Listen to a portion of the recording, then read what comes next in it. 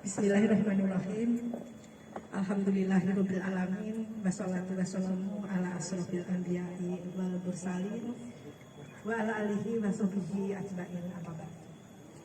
Assalamualaikum warahmatullahi wabarakatuh. Waalaikumsalam warahmatullahi wabarakatuh. Yang terhormat Bapak Ketua Besar Muhajirin, Bapak Profesor Nurlan. Yang saya hormati Bapak dan Ibu anggota Bugar Muhajirin yang saat ini semuanya sehat. Semoga semuanya juga berbahagia. Alhamdulillah pada pagi hari ini alhamdulillah cerah ya Bapak Ibu. Kita masih diberikan kesehatan juga kesempatan oleh Allah Subhanahu wa taala kita dapat berkumpul kembali di lapangan ini untuk berolahraga bersama pada acara rutin kita setiap hari Minggu pagi.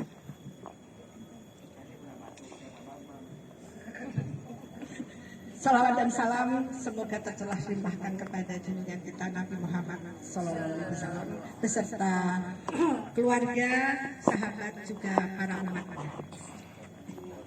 Amin amin ya robbal alamin. Terima kasih kepada Bapak Ketua yang saya diberikan kesempatan ya untuk belajar berbicara. Mohon maaf bukan tausiah Bapak Ibu ya. Ilmu agama saya masih sedikit sekali dibandingkan Bapak dan Ibu.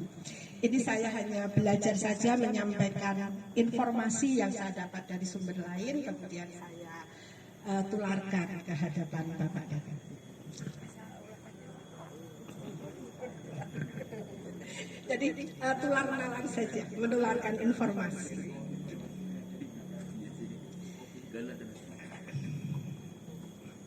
Nah, judul materi kali ini yaitu tabayun dalam bermedia sosial atau cek kebenaran saat kita menerima informasi.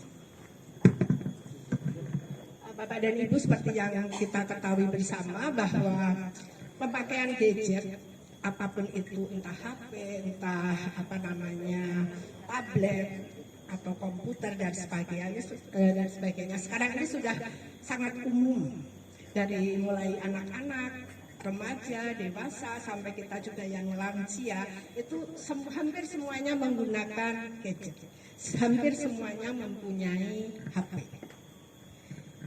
Banyak sekali informasi yang masuk ke HP kita. Banyak informasi yang benar, yang membawa kebaikan, menambah wawasan kita, tetapi juga tidak sedikit informasi yang palsu. Banyak sekali informasi yang palsu atau kita kenal dengan berita hoax.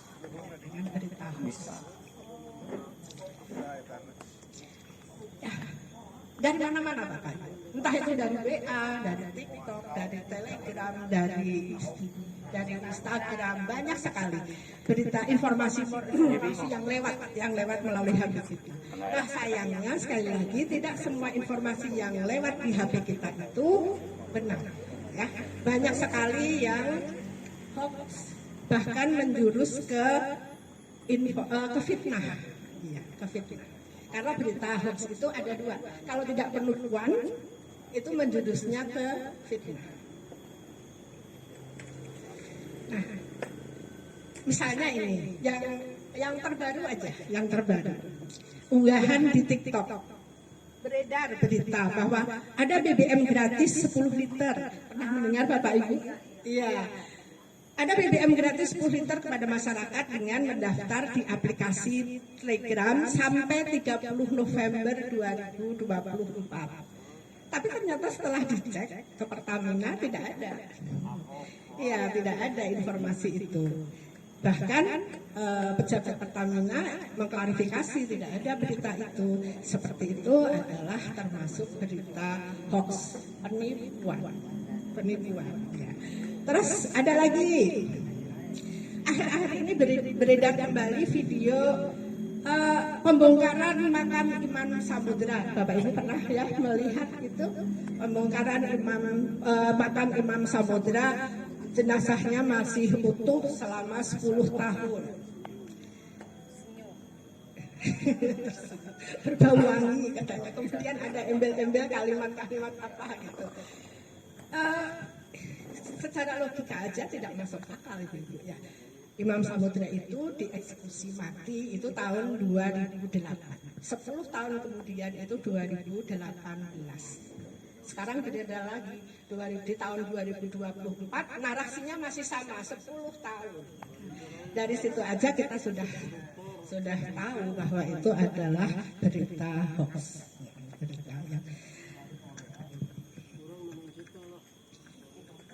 Nah, ibu-ibu, sebelum kita ikut menyebarkan berita palsu tersebut, masalahnya seperti ini kadang-kadang. Kalau ada berita yang heboh, judulnya heboh, kita belum dibaca itu, belum diklarifikasi, kita sudah cepat-cepat ingin diteruskan, menyebarluaskan. Wah, ini berita ini heboh nih. Padahal tidak demikian. Ya. Berita itu ternyata palsu. Apalagi nih? Nanti Pak Sunat, bagus.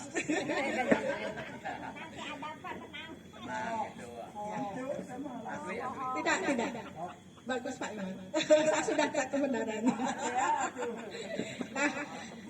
Nah, sebenarnya Bapak Ibu,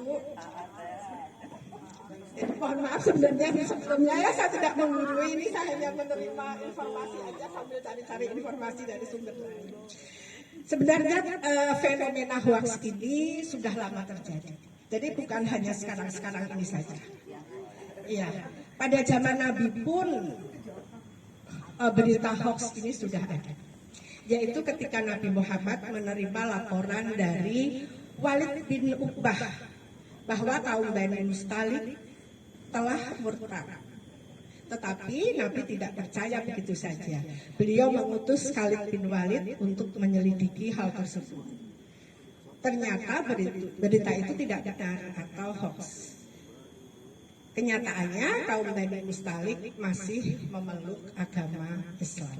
Jadi sebenarnya berita hoax itu sudah ada sejak lama. Dari cerita tadi, jelas Nabi Muhammad mencontohkan kepada kita untuk melakukan tabayun, yaitu melakukan verifikasi. Sebentar Bu, ini HP saya. Dari cerita tadi jelas Nabi Muhammad mencontohkan kepada kita untuk melakukan tabayun, yaitu melakukan verifikasi, cek kebenaran saat kita menerima informasi. Proses tabayun itu juga tidak hanya berlaku di media sosial, tapi juga berlaku di kehidupan kita sehari-hari. Biasanya ibu-ibu nih mohon maaf, kalau ada bisik-bisik tetangga,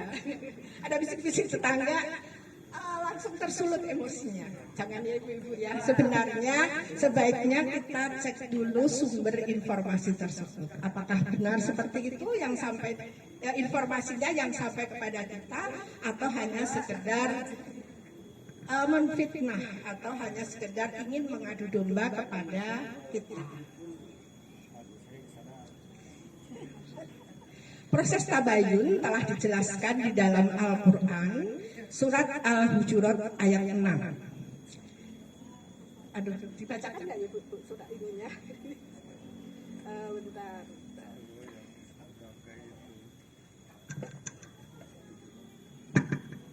Mohon maaf, saya belum pintar mengaji, tapi saya akan mencoba membacakannya.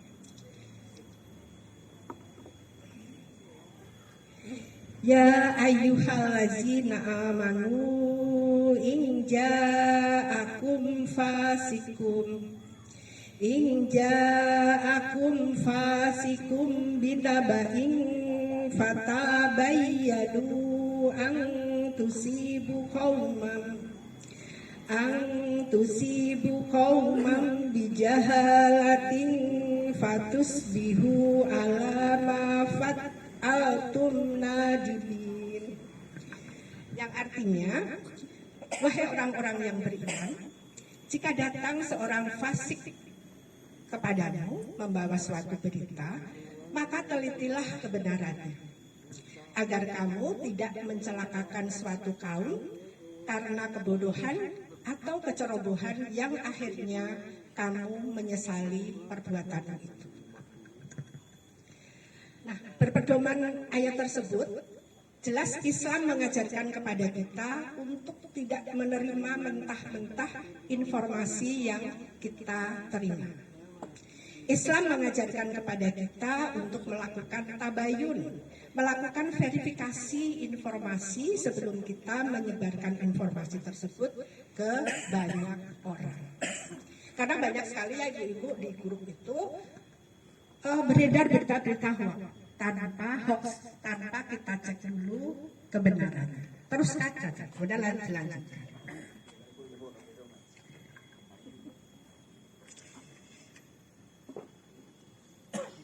Jadi bahkan disebutkan tabayun itu hukumnya wajib bagi orang Islam, bagi kaum muslimin, karena tabayun dapat menghindarkan fitnah. Nah, ini adalah manfaat tabayun. 1, mengurangi penyebaran informasi palsu. Kalau kita share saja tanpa kita verifikasi dulu kebenarannya, sama saja kita ikut menyebarkan hoax, kita ikut menyebarkan informasi palsu. Yang kedua, menghindarkan fitnah. Contohnya seperti ini. Bapak Ibu pernah melihat video orang yang tangannya menghitam, kemudian narasinya seperti ini. Ini adalah orang yang membakar Al-Quran, sehingga oleh Allah mendapatkan karma, tangannya terbakar. Pernah Bapak Ibu? Pernah ya? Seperti itu. Nah, itu adalah berita hoax, salah satu contohnya menyebarkan fitnah. Gambarnya sih benar, orang itu terbaring di rumah sakit dengan tangan yang menghitam. Tetapi narasi yang mengikutinya yang salah. Orang itu tangannya menghitam bukan karena terbakar. Bukan karena terbakar karena dia merobek-robek dan membakar Al-Quran, bukan. Dia itu menghitam karena terinfeksi bakteri kucing. Itu kan namanya sudah memfitnah orang tersebut. Orang dia tangannya menghitam karena kena bakteri kucing, tapi dibilang dia merobek Al-Quran, dia membakar Al-Quran sehingga tangannya menghitam. Itu adalah contoh menghindarkan fitnah. Kemudian yang akhir-akhir ini beredar, Cina membuat kol sayuran dari plastik untuk membunuh rakyat Indonesia. Ya, ada di grup. Itu juga berita hoax Bapak Ibu. Kalau misalnya kita cek fakta, itu memang mereka membuat sayur-sayuran, tapi tujuannya untuk replika sayuran tiruan untuk dipajang di etalase toko atau untuk alat peraga anak sekolah, untuk apa sajalah, tapi tidak, yang pasti tidak untuk dimakan. Ajakannya sih bagus. Mari kita berbelanja di pasar tradisional. Benar, bagus. Tetapi ada kalimat-kalimat yang menjurus ke fitnah. Nah, sekarang ke Pak Iman. Pak Iman tadi pagi ya mengeser akan ada kenaikan gaji PNS di tahun 2025. Setelah saya cek informasinya, ternyata benar Pak Iman, walaupun masih wacana. Ya, walaupun masih wacana.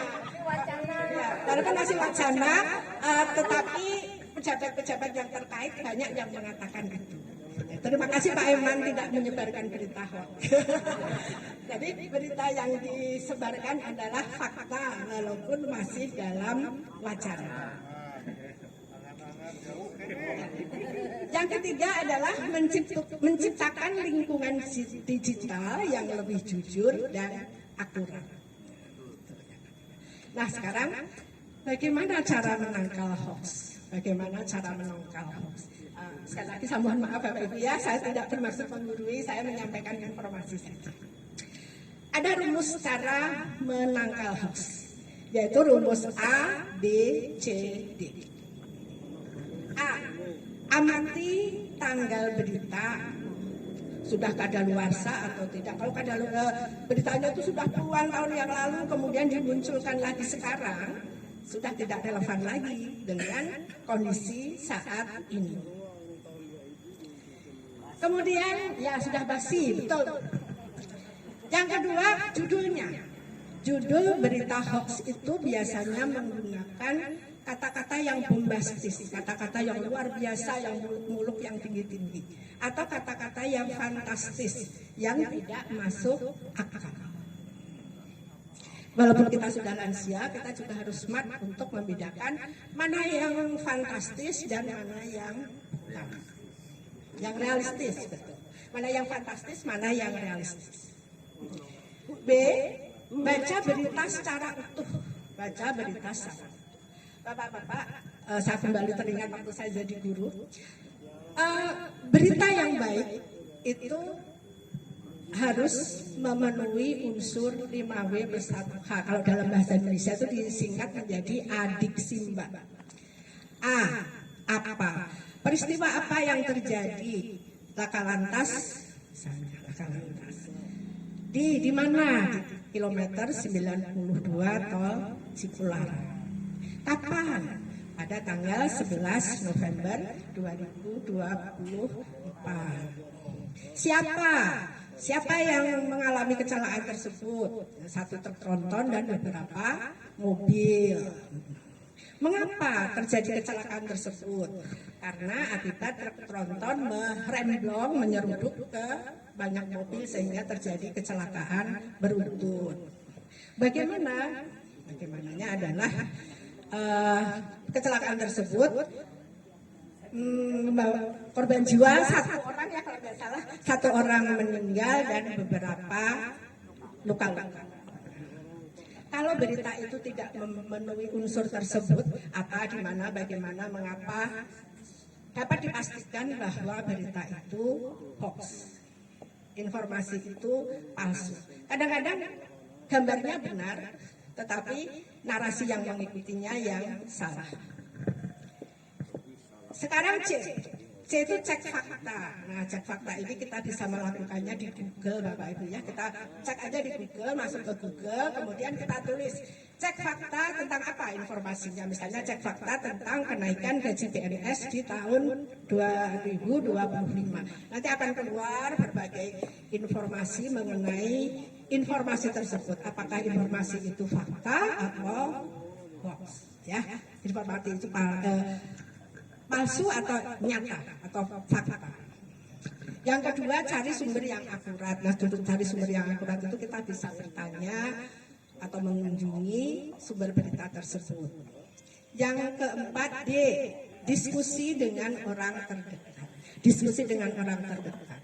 Ini terutama untuk penipuan.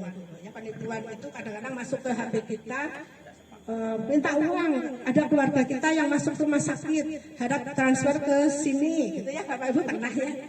Nah, kalau kita terima sendiri, kadang-kadang karena kita sudah panik, ya sudah gitu, kita transfer aja, padahal itu penipuan. Jadi sangat penting untuk diskusi dengan orang terdekat kita.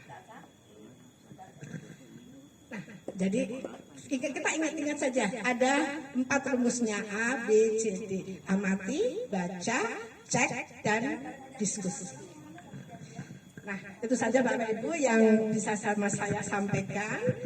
Semoga bermanfaat. Mohon maaf apabila dalam penyampaian saya ada kekurangan atau tidak berkenan di hati Bapak dan Ibu.